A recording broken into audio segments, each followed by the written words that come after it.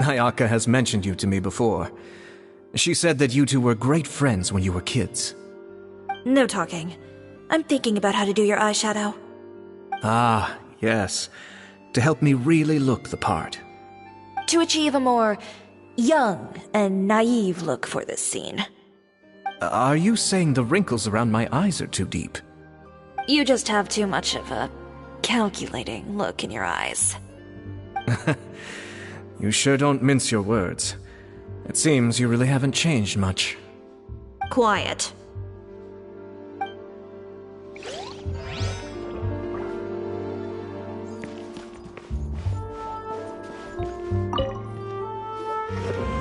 How about here? A little more to the left. You got it. Hey, Yoimiya, do you need a hand? No, I'm fine. You know, doing the lighting is kind of like designing a fireworks show. It's interesting to imagine what kind of atmosphere the lights will create. I heard that the Traveler will be operating the camera and Paimon will be the clapper loader, right? Those roles are just perfect for the two of you. Really? Is that because it'll be easy for Paimon to hold the clapperboard while flying? Well, sure, there's that, but that's not exactly what I meant. I just think that after all your journeys together, you two must have developed a super close bond and just naturally know how to work with each other. If I'm not mistaken, the director will want the cameras rolling as soon as the clapperboard goes Oh, I see! It's amazing to see the magic behind filmmaking. Yoimiya, we need lights over there too. Oh, on it! I've got to get back to work. Chat with you later. Oh, it's exciting to see so many people working together to bring the film to life!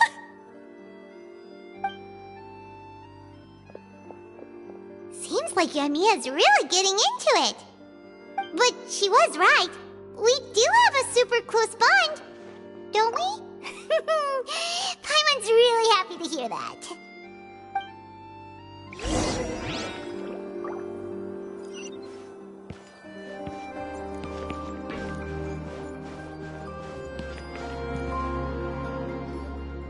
So, this is a real musket? No, it's just a prop weapon. Not bad. Have you seen a real musket before? Only in books and newspapers. I made this one based on the relative shape and proportions I saw in reference images. When we're filming, some special gunpowder will be applied around the muzzle, which will help create the flash and smoke effects of a real gun being fired. Which means it'll be up to the actors to portray the recoil. That's right. The sound effects for gunshots will also be added in post-production. Thank you, Veronique. I think I know where to start now. However, the musket's gears and firing pin could still use some work. Adding some wear on the metallic components will make them appear more realistic. Also, be sure to rub the muskets with some oil each time before we start shooting. That'll give the impression that the firearms have been well maintenanced. Good point. You seem to know a lot, Miss Chevres. I assume you use these types of firearms on a regular basis? Yes, I perform routine maintenance on my weapons every day. Just like we as people need to eat and sleep, muskets need to be cleaned and maintained. I also perform similar care for my sword every day, and familiarize myself with its shape and weight, to the point where it feels like a natural extension of my body. Yes, this way, our weapons will never betray us in the heat of battle. Yes, well said. It seems we have the same philosophy on this topic. Oh, sounds like they found a common interest to talk about. Though these props differ from the muskets I use, I can still give you some pointers. Good. I look forward to your instruction. First and foremost, never point the weapon at anyone, regardless of whether it's a real or prop weapon or whether you're holding it or it's on the table. This holds for any time when you're not actively engaging an enemy. Okay, understood. When aiming the musket, extend your arm so that it's level with your shoulder and use your eye to look down the weapon's sights. Like this? Not bad. Now, try saying your lines. This is the end of the road for you. Good. Now turn your body a little. That way, you'll give your enemy less of a target to work with. And relax your shoulders. Here, allow me to demonstrate. This is the end of the road for you. Huh. Excuse me, Miss Chiori. Director Farina, there's something I wish to discuss with you. Oh? What is it? Like this? Yes, much better. What do you think? I do see your point. But are you sure you wish to do this? I believe it would be most fitting. Well, if you insist. All right, I understand. Miss Ayaka, Miss Chevres, could the two of you please come over here? Huh? What's going on? Are we gonna start filming now? Let's go see. What is it? I have a question for you, Miss Chevres.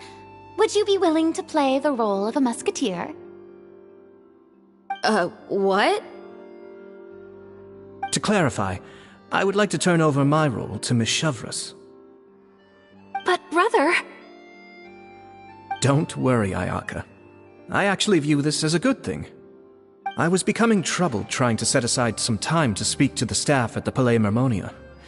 I would like to have some conversations about the cultural exchange between our two countries, and I've heard that the bureaucratic process here can get rather complicated. Now, I will be able to focus on my work. Besides, you also know that I'm not really one for public performances. Are you really sure? From a director's point of view, I also felt like the relationship between the two musketeers in the original story could be improved. The older brother in the story plays the lead role with his overbearing character, but this causes his character to overshadow that of his sister, and the theme of the two supporting and relying on each other isn't conveyed very well. But if we were to change the siblings to two sisters of a similar age, then that aspect of the story might come through more clearly. Also, I've seen you instructing Ayaka. That cold and dignified personality is exactly what we need for the older musketeer. Of course, even with all these insights, the decision should still be made by Miss Chevres. Chevres mentioned that she really likes the story, right? Paimon bets that she'll take the role. All right, I'll take the role. Good. It's decided then. I'll get started on making edits to the script. We'll also need to make some immediate adjustments to the lighting, props, and costumes. I have a feeling that our adaptation will be even better than the original story.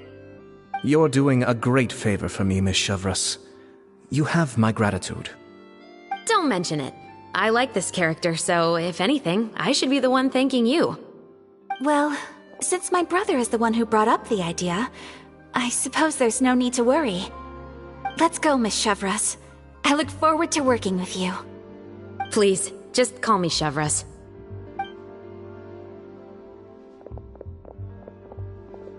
Seems like you're really going out of your way to solve the problem I was having with your makeup.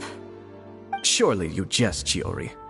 I assure you that I was mostly motivated by a desire to spend more time on formal business. Oh, come on. You really think I'd buy that?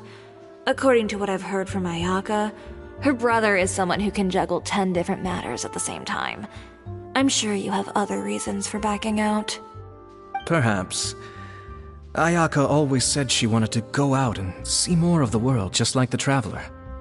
But I feel that she needs not only to see other nations, but also to make some different kinds of friends. I think it would be harder for her to make new connections with me constantly by her side. I would like to give her some space. Alright, go on. Spoil her some more. Ayato! It's too bad you're stepping down from the role. Paimon really wanted to see you act as a musketeer.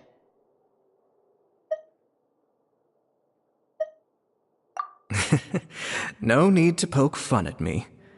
I'd wager that you also felt that I wasn't the best candidate for the role. It's a little hard for Paimon to imagine you saying those lines.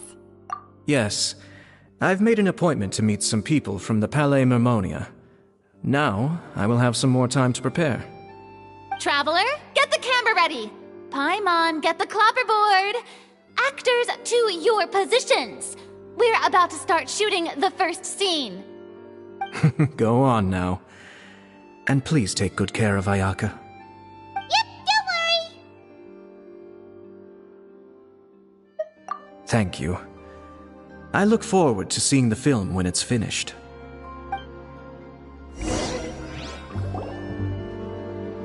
All right, now that we're all here, let me help set the scene for everyone. The first scene takes place when our two main characters are still living at the Baron's estate. They've been ostracized and verbally abused by others in the household, but they still have no ID. Chevres will be playing the role of the older sister, Tulip, and Ayaka will be the younger sister, Iris. Be sure to get close-ups of the main characters at the right moment. Silence on the set! Lights, camera, action! Let's go! Tulip, Mother's been out for quite a while now. Perhaps she went to pick some flowers on the way home. You know how she loves flowers. Iris, Tulip, I'm home!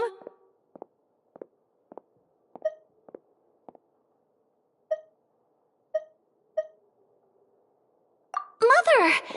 You were out for so long, we were beginning to worry about you. Oh, I'm sorry, but I'm back now, safe and sound. Here, I brought your favorite treat, apple turnovers. Mother, what are those bruises on your hand?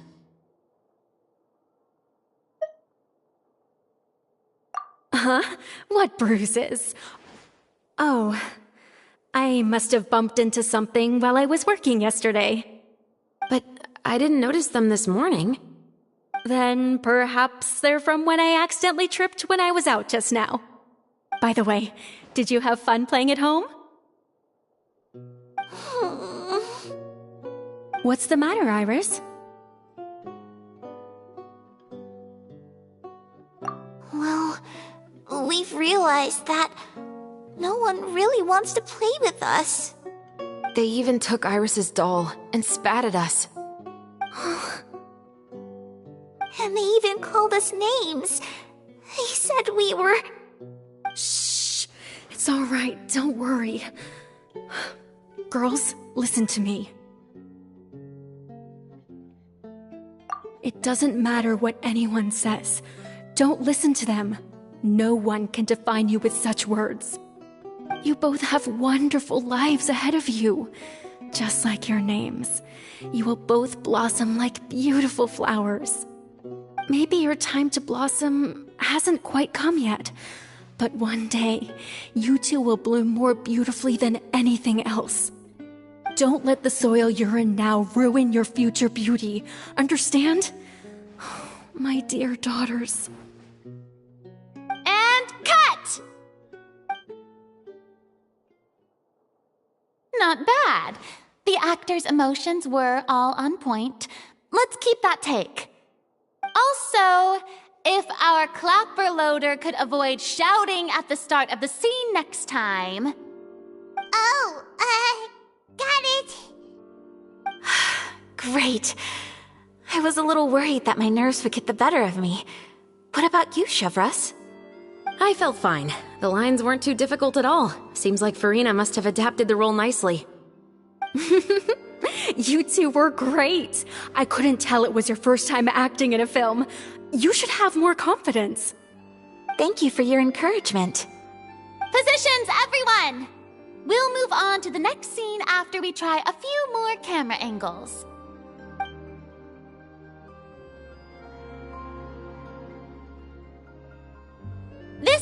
is when our two characters return home, only to discover their mother has been murdered. Ready? Lights! Camera! Action! Mother, we're back! Mother?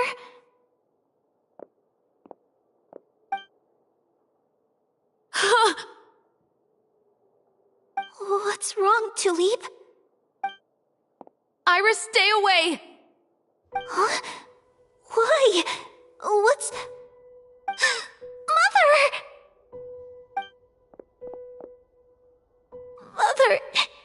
She's...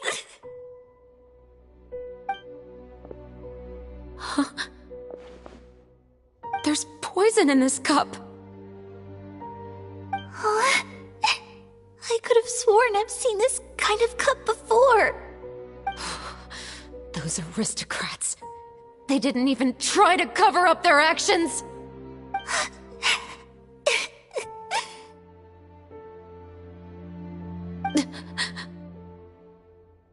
Iris, we need to leave this place.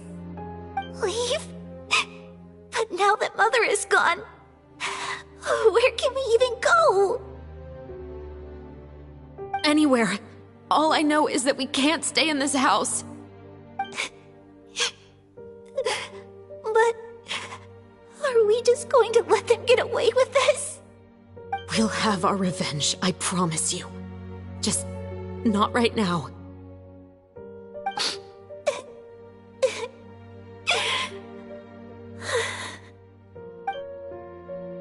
Come on, let's go. No, wait. We can't just leave Mother here like this. At least let me leave this rose with her. That's why we went out in the first place. To buy her this flower. All right. Goodbye, Mother. We'll avenge you. Someday. And cut! Beautiful! Great performance! Oh my, you're so amazing, Ayaka! And were those real tears I saw? How did you do it? I was surprised too. Thank you for the kind compliments. Actually, as soon as Director Farina said action, I told myself not to think about anything. I just felt the weight of the moment and became the character. It's quite similar to practicing the art of the sword. You clear your mind and focus only on what's happening in front of you. Ayaka's performance was amazing. Have I discovered an acting prodigy? Pipe down, everyone! We need to move on to the next scene!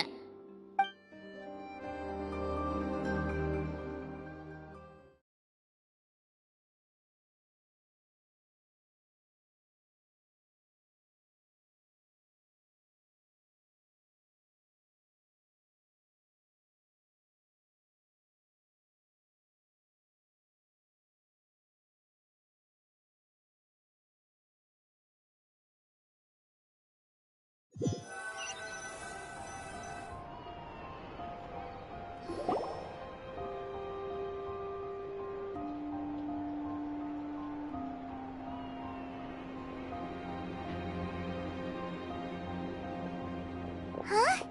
Are we done already? But Paimon wants to keep playing with the clapperboard. How do you feel, Traveler? Is your arm sore from holding the camera all day? Good work, you two. You too, Shivers. You were quite the actress today. I've read this novel many times before. I have a good grasp of my character's mindset. Anyway, do you remember my request from yesterday? Oh, right! We were having so much fun that Paimon nearly forgot! You have a case where the murders seem really similar to the cases in the novel, right? So, how are they similar exactly? In the story, the main characters grow up to become two musketeers, always using their guns to carry out their revenge. And on each of the victims, they place a rainbow rose as a signal that they've returned.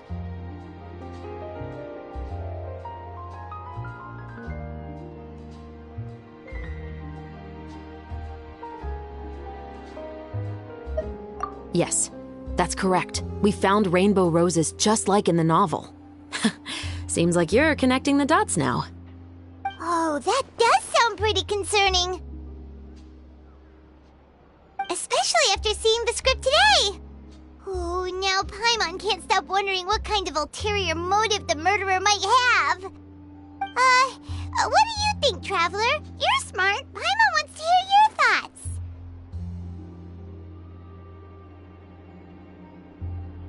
Good.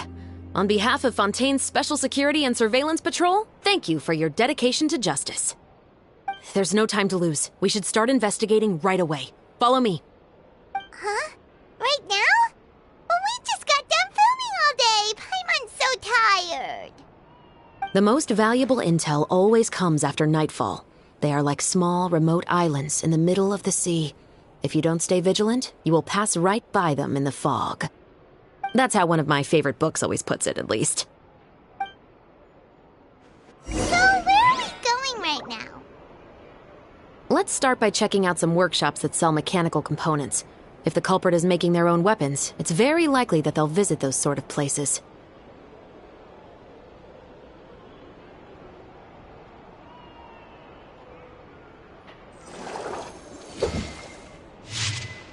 Cannot just rely on the ocean's self-cleaning ability.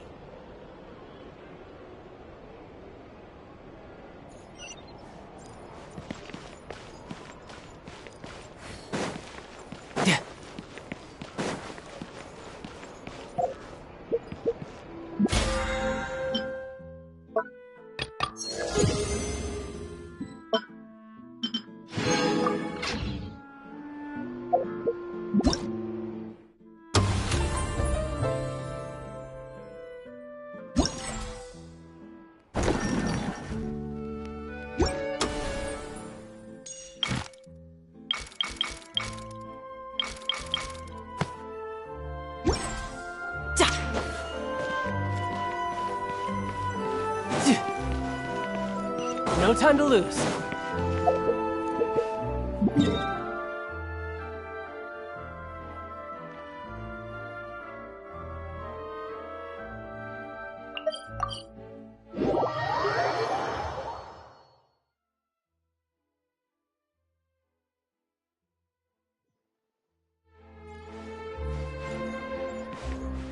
Add...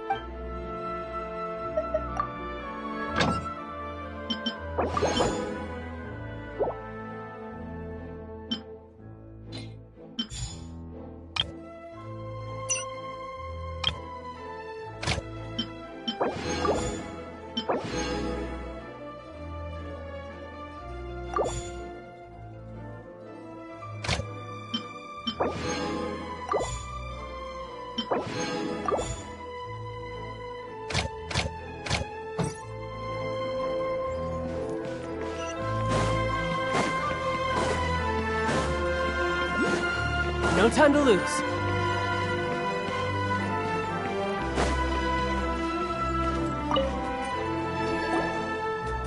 Welcome to Le Show's Clockwork Workshop. How can I help you? Hello. I'd like to know if anyone has purchased some special components lately. Special components? Sorry, could you be more specific? I mean the kind of components that aren't typically used for clockwork toys, but for firearms. Huh? For firearms? No, we don't sell those sort of things here. Don't misunderstand. I'm not here to cause any trouble. We are merely investigating a case, and we're hoping that you could cooperate. Well, to be completely honest, I'm not even sure what kind of components that would entail. Has anyone ever purchased components here as an individual rather than on behalf of an organization? We have a lot of customers who buy toys, but those who buy components are all regular customers who buy in bulk on behalf of their organization. Is that so? I understand. Thank you for your cooperation. You're welcome.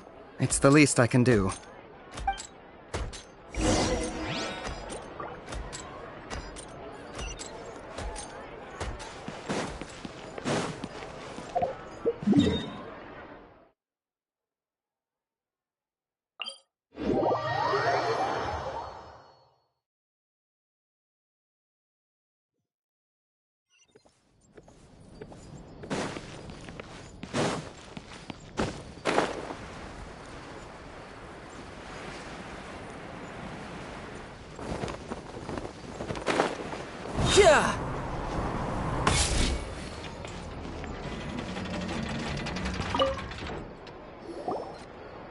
Oh, hey, Chevris.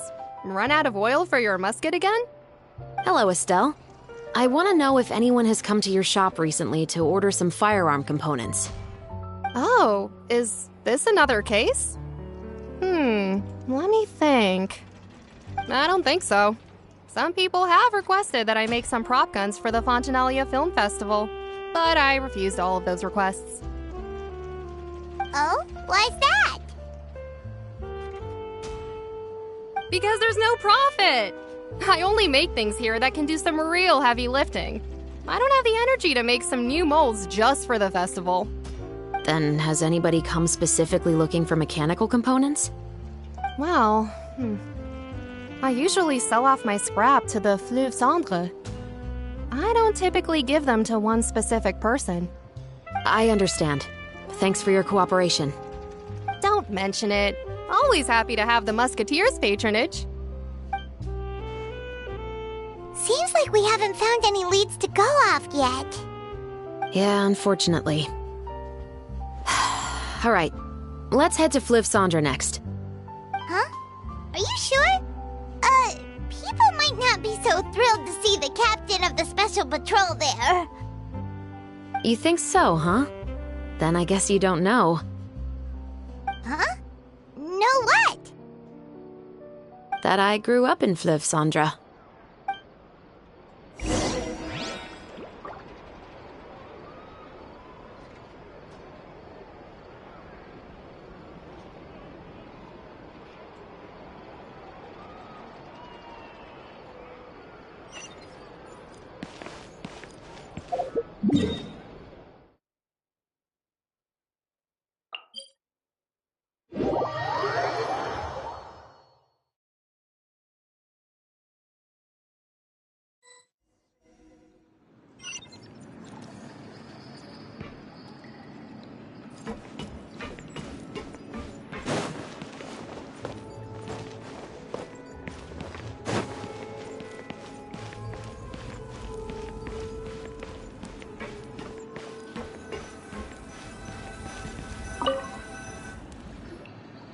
What's all this?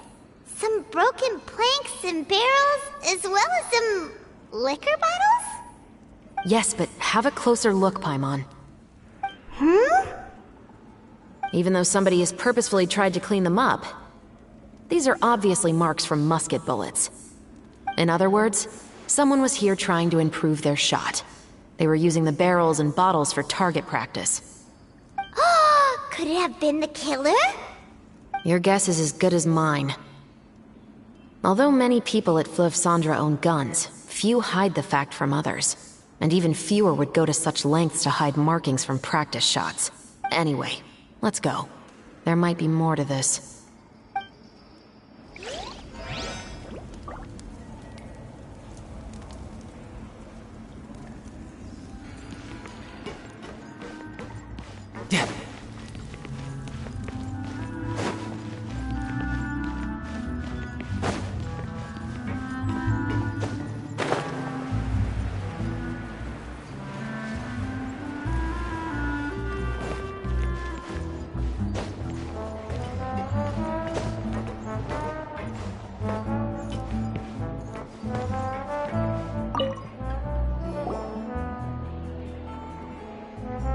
It's been a while, Tetro. Please, just get on with your request.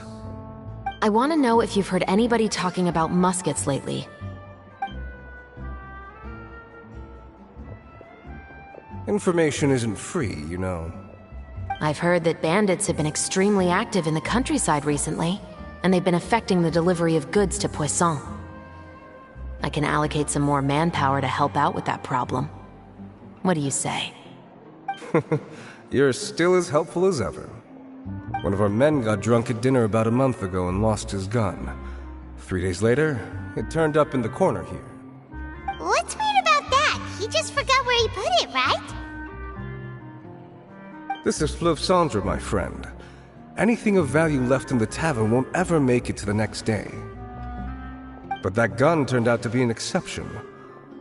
It didn't get any new wear and tear on it, and didn't even appear to have been fired.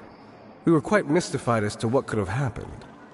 I suspect it came back because the weapon was already known to the guards. You mean, a criminal was afraid the Marechaussee Phantom would use the shot marks to track them down? Maybe. But if that's the case, the culprit really took great care to avoid getting caught. I didn't say anything about a criminal. In Fleuve Cendra, knowing who was killed is as easy as knowing what clothes you're wearing today. It's the guy living in the East Side, isn't it? I've never liked him. Every time he's here, he just orders a drink and sits there with a nasty look in his eyes. So, who was the one who lost the gun in the first place? Don't bother. Even if you ask, he wouldn't admit to owning a gun to some strangers. Not to mention the captain of the Special Security and Surveillance Patrol. He's right. I know you grew up here, Chevreuse. Even though you're on good terms with the Spina, you've still been gone too long. Not many people know you here now, and a lot of people don't like the Special Patrol. I know. So take my advice and don't show your face too much around here. It's for your own safety. I'll come and go as I please, and I'm afraid I'll be appearing more often due to my work. All right. Don't say I didn't warn you.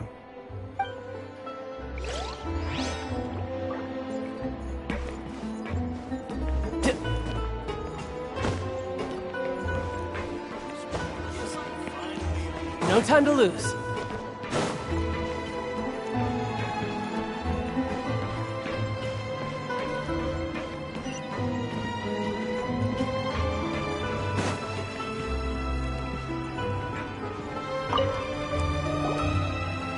Hello, I'd like to ask some questions. I don't know anything. Don't worry, I'm not here to arrest anybody. You say that now. It's the truth. Here, take this as my guarantee. Wait, did Paimon just see what she thinks she saw? Is the captain of the Special Patrol bribing a citizen? Seems you're different from the other guards. What do you want to know? Have you heard anything related to muskets in Fleuve Cendra lately? Anything at all? Muskets, huh? All I know is that about 2 weeks ago, we started hearing some loud noises at night. So loud that it's been waking me up. Were they gunshots? Possibly. It's hard to tell around here. Someone's house collapsing, a pipe exploding somewhere, it's all the same. But the noises I'm talking about definitely happened after I fell asleep. Do you know where the noises were coming from? I don't remember clearly. Is it that you don't remember, or that you need to think about it some more? You tell me. Then please, think about it some more. She's giving her even more Mora! The noises came from the end of the Southern Waterway. I came out and had a look for myself and I wasn't sleeping well, but I didn't dare get too close. That's all I know. All right, I'll take your word for it. Thanks for the pâte de fruits.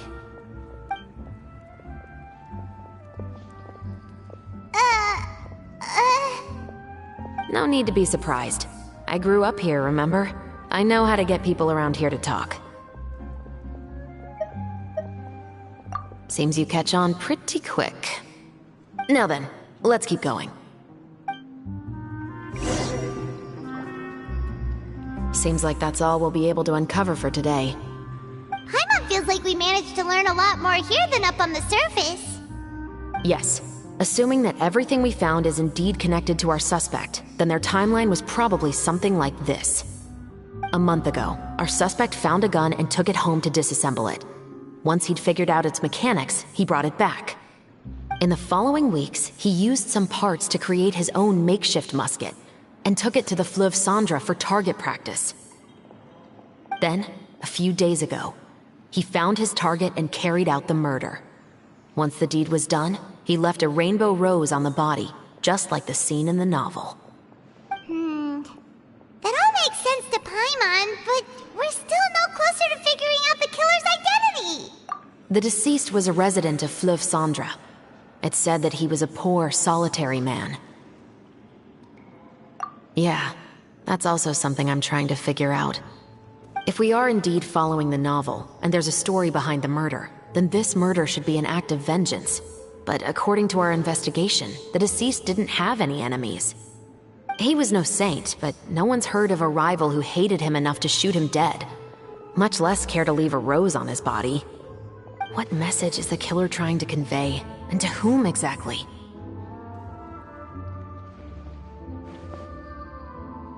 We've thoroughly investigated that possibility. He claims to have spent the whole day at the Opera House on the day of the murder, and the staff there have confirmed his account. Okay, so he has an alibi. Not only that, he lacks a credible motive as well. He has a family of his own, and both of his parents are still alive. I've looked into his records. He was adopted at the age of 6, and all the proper procedures were followed. There are also records of him at an orphanage before then. In the story, the mother of the 2 musketeers was murdered after the children turned 10. Of course, he could have changed the children's ages, but I don't want to assume anything without evidence. More importantly, I've also had a chat with him in person. He didn't seem like the kind of person who would pull the trigger to kill a man. Then, what should we do now? We have all this new information, but it doesn't help us move forward. Investigations take time. I didn't expect us to catch the culprit in just a single day. How about this? Let's spend the next few days filming with the crew. We can continue the investigation once we're done with the film. I'm sure that given time, new leads will present themselves. Wait, but weren't you saying Intel is like small, remote islands in the middle of the sea just a moment ago? Wouldn't you just miss them if you were to stop looking? Ah, but the book had more than one reference to the islands, Paimon. Oh? What else did it say then? As long as you spend enough time sailing through the fog, you'll eventually come across an island.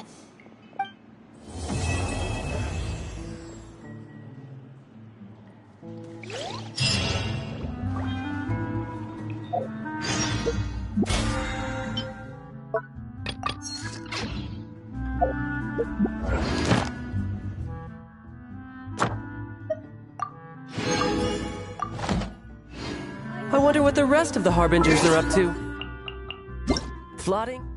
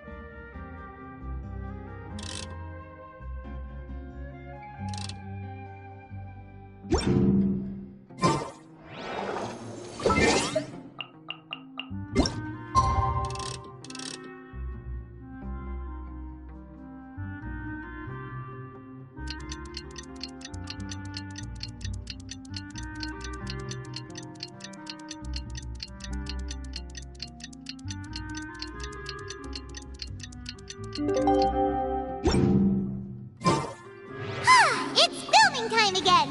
Our schedule is jam-packed.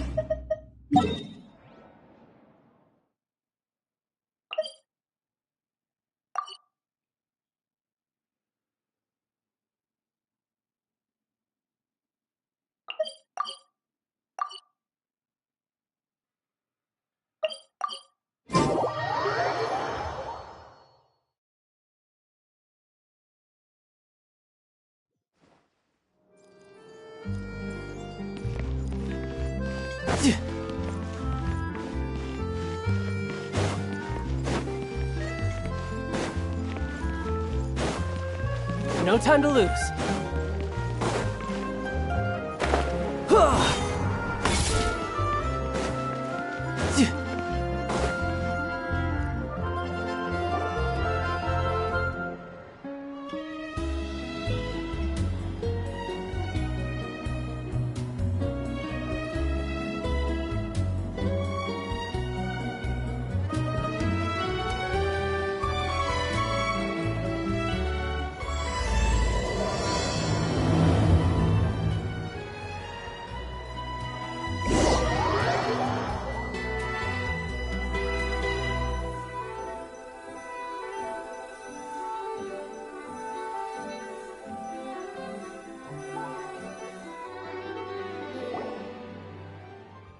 work, everyone! We're looking to wrap with our 2 main ladies today. I can already smell our success. What do you mean, looking to wrap? Oh, aren't you the expert now?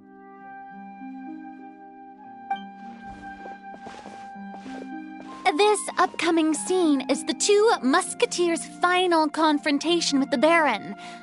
There will be quite a bit of action, but no choreography beyond what we've already rehearsed.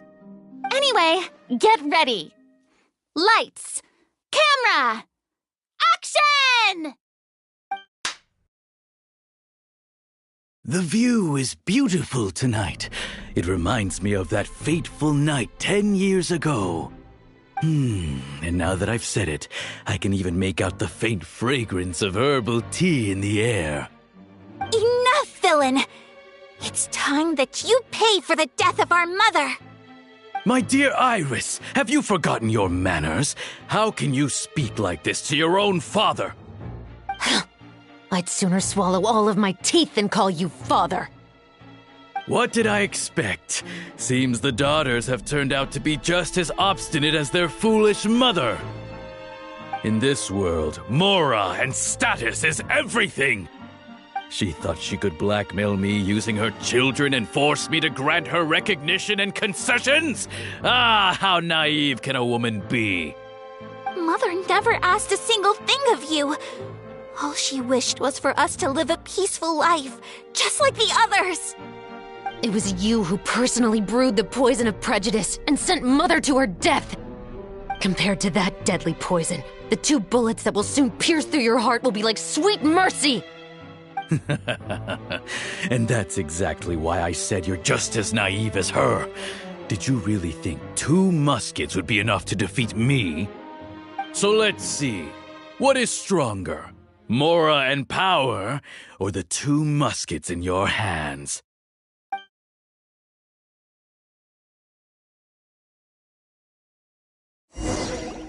Get them! Tulip! There are too many of them! It'll be okay. We'll cover each other, Iris. And Mother will be watching over us, too.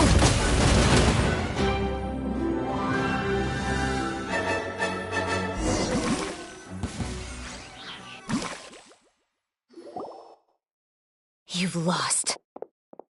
To think I'd lose to my own 2 kids. We are no children of yours, and we'll never call that place our home. Then tell me, what did you do all this for? You lost your mother, and will soon kill your father as well. What will you gain in the end, other than sentences for your crimes? We will gain our long-awaited justice.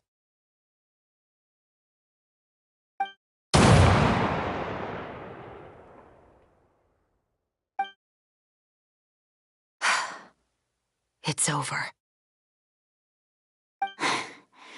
Finally, it's over.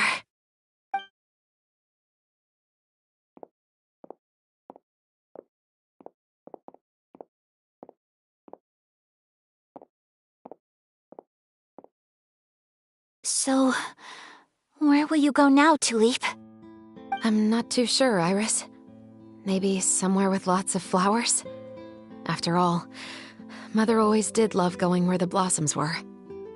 What about you? I want to go visit Mother's grave. Yeah, that's not a bad idea. Huh? Tulip, look! What is it? It's Mother's favorite, the rainbow rose. Look, it's blooming again.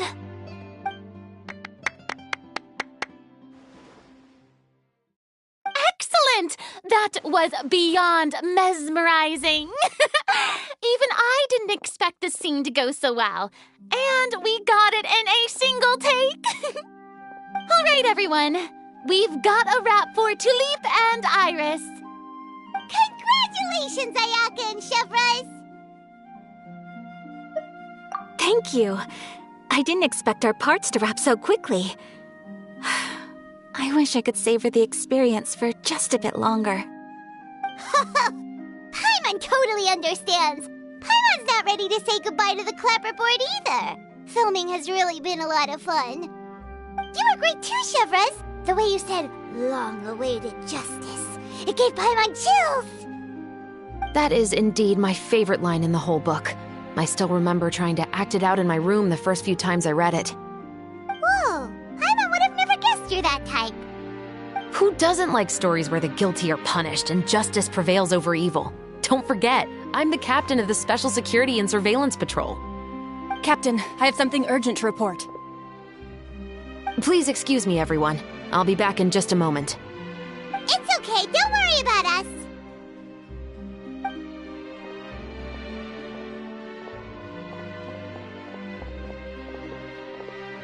Oh? Was she whisked away by work already? I was just about to tell her how great she did. It seemed like some urgent official business. Then perhaps we should thank the stars that we were able to wrap both of your parts so quickly today. Switching around the filming schedule would have been a real pain. Anyway, I actually came over to let everyone know that we're all done for today. You can go home and get some rest. And one last thing, Miss Ayaka. Your acting skills today were immaculate as always. Are you sure you won't consider taking up full-time acting? See, I just happen to know this great troupe that's still looking for a lead actress. Thank you for your kind words, Director Farina. Unfortunately, there are still many matters that I have to take care of back home at the Yashiro Commission. I cannot remain in Fontaine to pursue an acting career. Nevertheless, I will make sure to treasure this incredible opportunity in my heart. Oh, that's a shame, but I understand. Just let me know if you ever change your mind. I believe it's also about time for me to take my leave. But hopefully I'll see you on set over the next few days. Even though my part's wrapped, I'd still like to swing by and help out the crew. See you tomorrow, Traveler and Paimon. Yep, see you tomorrow! Well, what should we do next? Maybe we'll go investigate the case some more with Chevres today. Traveler, Paimon, please come with me. Huh? Where are we going? You could say that our ship has finally chanced upon one of those small, remote islands of intel.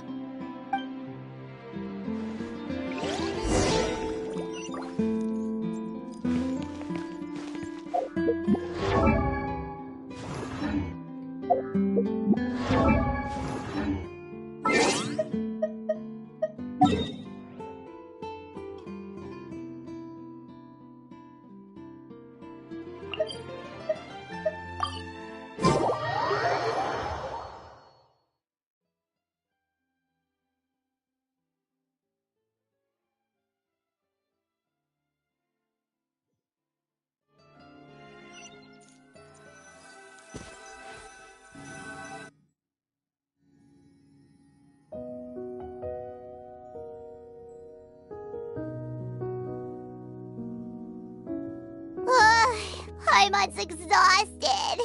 Paimon definitely didn't expect having to float this far after a full day of filming. So, Chevres, why did you take us here? Affirmative. It wasn't anything conclusive, but it should show us a clear way forward. Have you ever heard of someone by the name of Emily? Oh, you mean that famous perfumer? She's a good friend of mine. She's lent me her aid several times in the past to resolve some difficult cases. After I discovered the rainbow rose at the scene of the murder, I sent it to her. After all, she's probably the foremost expert on flowers and scents in all of Fontaine.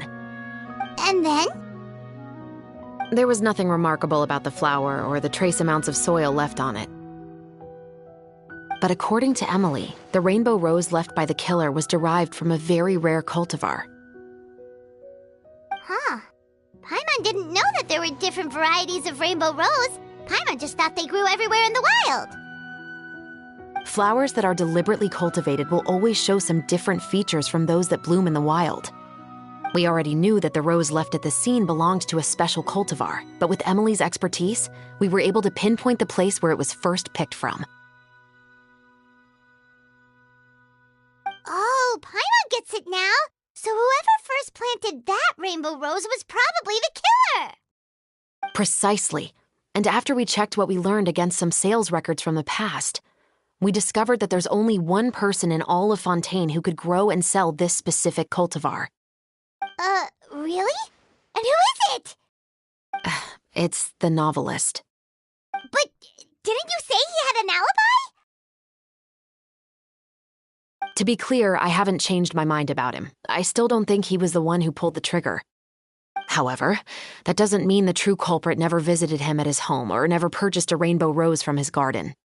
Whatever the case, we will have to confirm a number of things with him. So you mean the next place we need to go is... Yes, we're going to pay him a visit at his home.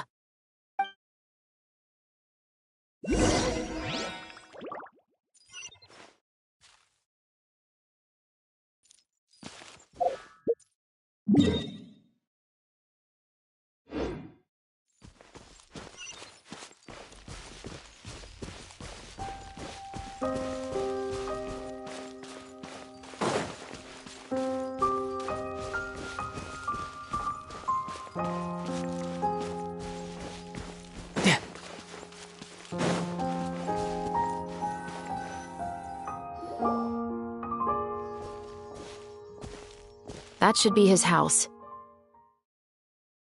There are so many Gardamex stationed around the place. That's pretty unusual, right? According to what he told me last time we spoke, he hired them so he won't be harassed or disturbed. Huh. So there are a lot of flowers in his garden, but Paimon doesn't think we'll be able to pick one without alerting the Gardamex. Right, which is exactly why I think there has to be a special connection between him and the killer.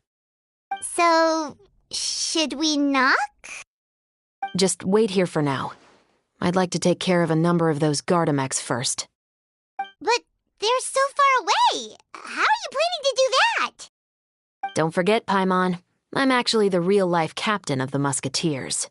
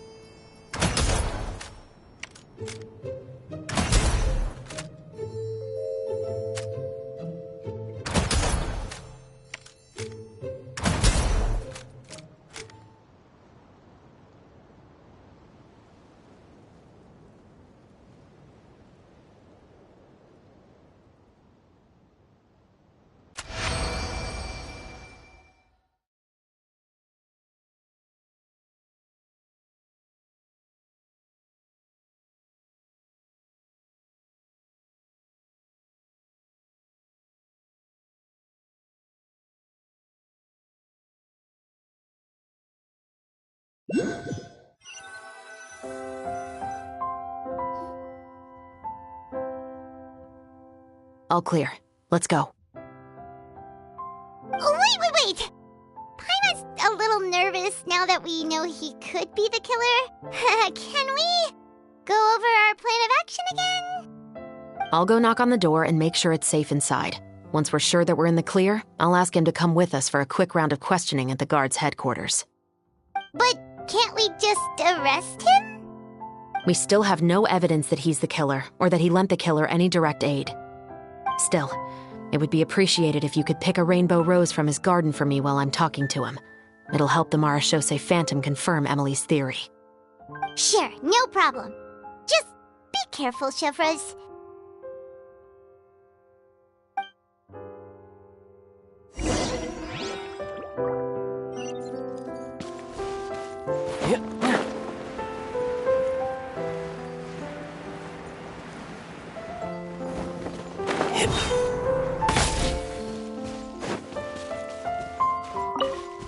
No time to lose.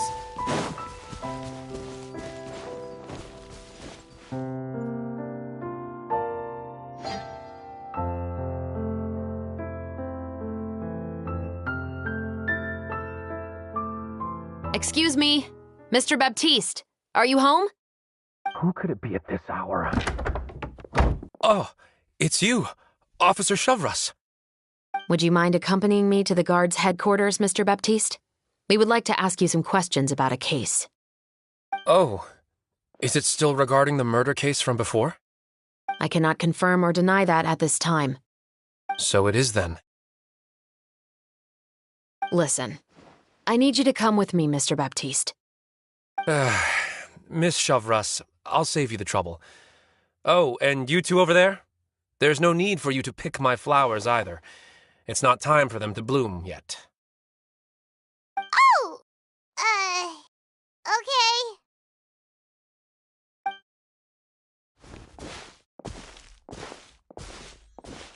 By saving me the trouble, you mean... I will confess. I was the killer. Huh? He just admitted he's guilty! Please relax, everyone. I'm not armed. The musket you're looking for has been buried in my backyard. Then it's my responsibility to inform you, Mr. Baptiste, that everything you say right now will be used as evidence for the inevitable trial. Yes, I am perfectly aware of that. I must say, I hate this feeling. Oh? Is it because I confessed? Or because you've been proven wrong? Both, I suppose.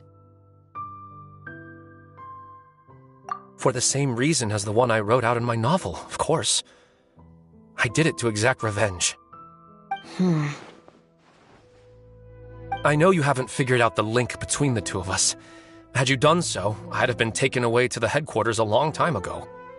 But that won't stop me from always remembering his grotesque face. After all, he was the one who killed my mother. Your mother is still healthy and well. You know, I was adopted as a child. I was referring to my birth mother. That was never recorded in the orphanage's records. Please forgive a 6-year-old child for concocting some lies to protect himself after watching his mother die right in front of him. So, your novel, it was like a record of your life? No, of course not. It was a work of fiction with many embellished parts. But I am indeed the illegitimate son of a wealthy and influential man who abused his power to murder my mother. That part was 100% real. But the man you killed didn't have a Mora to his name. He was a hired assassin, an irredeemable beast who sank his fangs into a defenseless woman just for a few bags of Mora. But if that's really the truth, you wouldn't be telling us any of this now. You still haven't managed to take revenge against your father, the true mastermind behind it all. I never thought I'd hear that kind of thing from the captain of the Special Security and Surveillance Patrol. I'm simply skeptical about your motives. It's simple, really. I've grown tired of everything and don't want to shoulder this burden anymore. You may have considered me too soft to pull the trigger. Well, as it turns out, you are exactly right. I've become overwhelmed by the aftermath of the murder. So you're going to call a stop to your revenge, just like that? The true mastermind is too rich and too powerful for me. I've accepted that I will never be able to avenge my mother alone. And so what? The characters in your book never gave up? Now, Officer Shavras, I'm the one who has killed a man, aren't I? Are you trying to convince me to commit another crime? What's your father's name? How do you plan to prove the veracity of all of your claims? Well, I'd like to speak with you privately. Sure. Why don't we speak privately at the guard's headquarters? No, it has to be here. I must ensure that we won't be overheard. Fine. Let's talk here. When I said won't be overheard, I meant by anyone.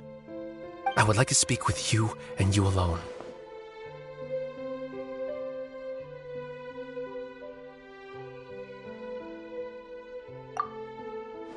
Thanks. I appreciate it. Please stay safe, Shavras.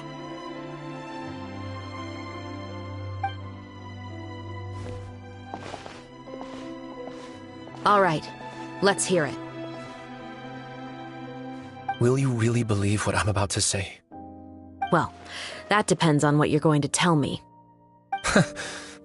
Fair enough. Fair enough. Then listen closely.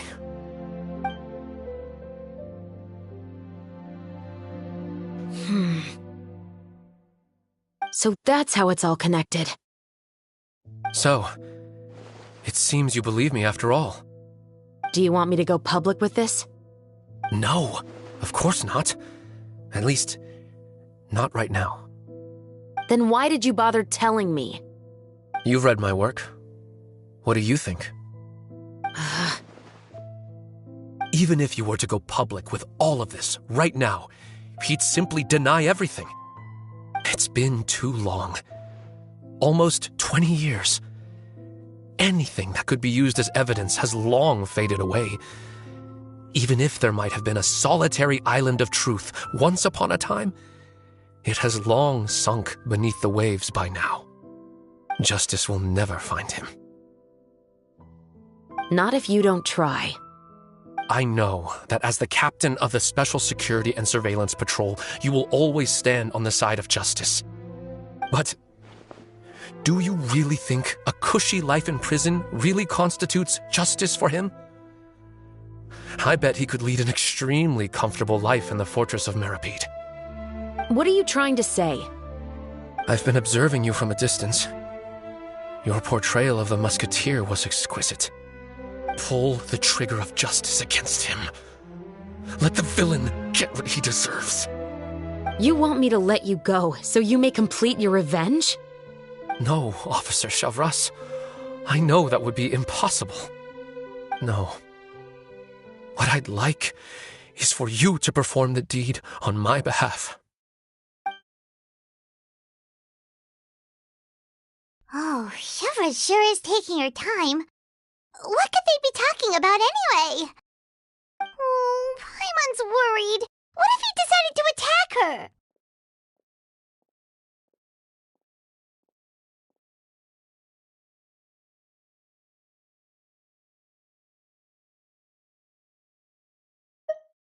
Oh, you do have a point. Still, do you have any idea who the rich person might be? And why the novelist doesn't want us to hear what he's saying to Shavras? Sorry to keep you waiting, you two. Hey, how did your talk go? I've already sent someone to escort Baptiste back to the headquarters for questioning. He wasn't lying about the musket.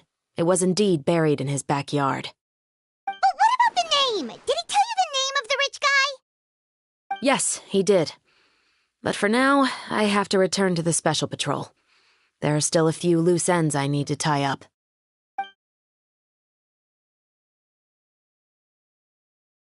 I'll probably be quite busy over the next few days, so apologies if you don't see me on set. All right, Paimon understands if you can't tell us everything you know. We'll just keep an eye on the Steambird then. Actually, there's still something else I need your help with.